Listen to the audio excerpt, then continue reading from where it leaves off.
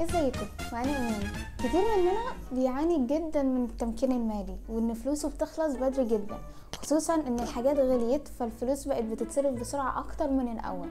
لكن بنبقى عايزين نشتري حاجة معينة، نسافر او ان احنا نعمل مشروع، لكن مش عارفين بالظبط ازاي نظبط الفلوس على قد بالظبط الشهر وكمان يفضل معانا فلوس زيادة. في فيديو النهاردة هنعرف ايه مفهوم التمكين المالي.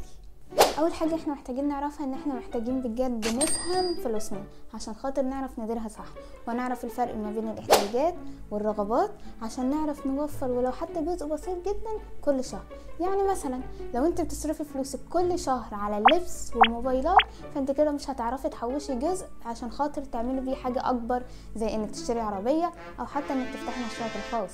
عشان خاطر نعرف ندير فلوسنا صح، مهم جدا نعرف نحدد الميزانية اللي احنا هنصرفها. يعني هستخدم كذا للأكل، والكمية دي للمواصلات، والباقي ده هحوشه. نقدر نستخدم طريقة 50-30-20، واللي احنا نقدر نستخدم 50% دي للحاجات الأساسية، و30% للرغبات اللي احنا محتاجينها، و20% دي هي اللي هنحوشها على جنب. طيب ولو الموضوع صعب في الاول وخارج عن السيطرة ومش عارفة برضو احدد انا بصرف فلوسي فين، نقدر نستخدم تطبيقات ادارة الاموال اللي احنا نقدر من خلالها نتتبع ايه اللي بنجيبه كل شهر وازاي الفلوس بتروح مننا من غير ما نحس. طب انا لو عايزة ازود الفلوس اللي معايا وانا لسه بدرس، يعني يبقى لي مصدر دخل بديل، هل هقدر اعمل كده؟ سواء ان احنا نفتح مشروعنا الخاص، مهارة بنعرف نعملها فنقدر نبيعها على الانترنت، او حتى ان احنا ندرس مواد احنا شطار فيها. ده مش بس هيفرق معاكي في الفلوس، لا انت كمان هيديكي احساس بالقيمة وبالقدرة انك قادرة تعملي حاجات تانية جنب الدراسة.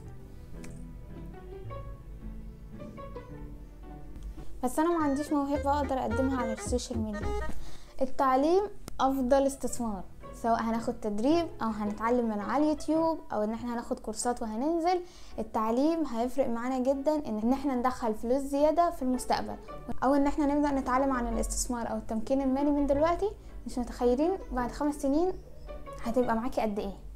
التمكين المالي مش بيحصل في يوم وليلة، ولكن كل خطوة صغيرة فيه هي بتفرق وبتعمل فرق كبير. اهم حاجة الالتزام والاستثمارية. اكتبوا لي في الكومنتات ايه المشاريع اللي انتوا اشتغلتوا فيها او ازاي عرفتوا تحوشوا فلوسكم، وما تنسوش اللايك والسبسكرايب ونشير الفيديو مع صحابنا، واشوفكم في الفيديو الجاي. باي.